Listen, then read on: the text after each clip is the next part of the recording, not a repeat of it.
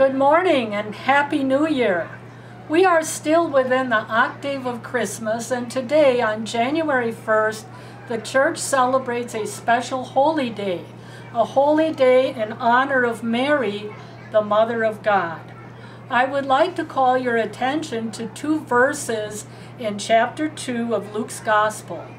One is chapter 2, verse 19, where it states that when the shepherds left Bethlehem, Mary treasured all these things, reflecting on them in her heart.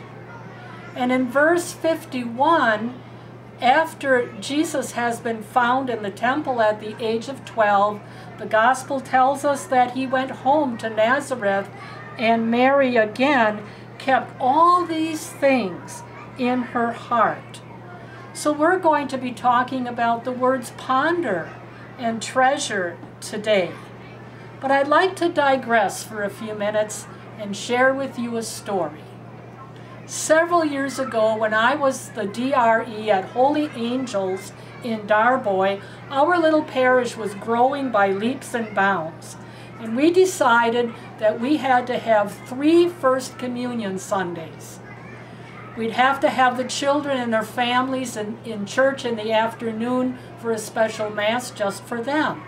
And I kept saying, on Sunday, May 4th, when that third Mass is done and the last First Communion child walks out of church, summer vacation has begun. And so it came. It was Sunday, May 4th, the liturgy was over, the photographer was done, and that last little child left the church, and there was nobody in church. And I walked to the back of church and shut out the last light, and I started walking halfway up the center aisle. I looked at the tabernacle and I said, "Yes, Jesus, my summer vacation has begun." And then I stopped short.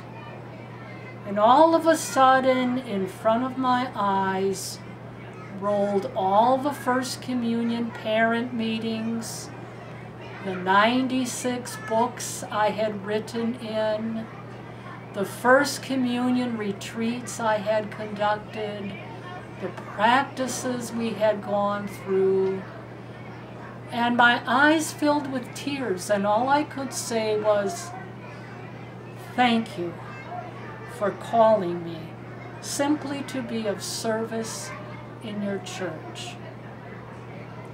I wonder if Mary, as she treasured her little child, looked back over the last 9 months and said, "Thank you, God, for calling me simply to be the mother of this baby."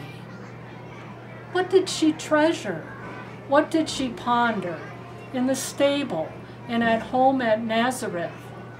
I'm sure she looked back at that day when the angel said, "God's got a different plan for you."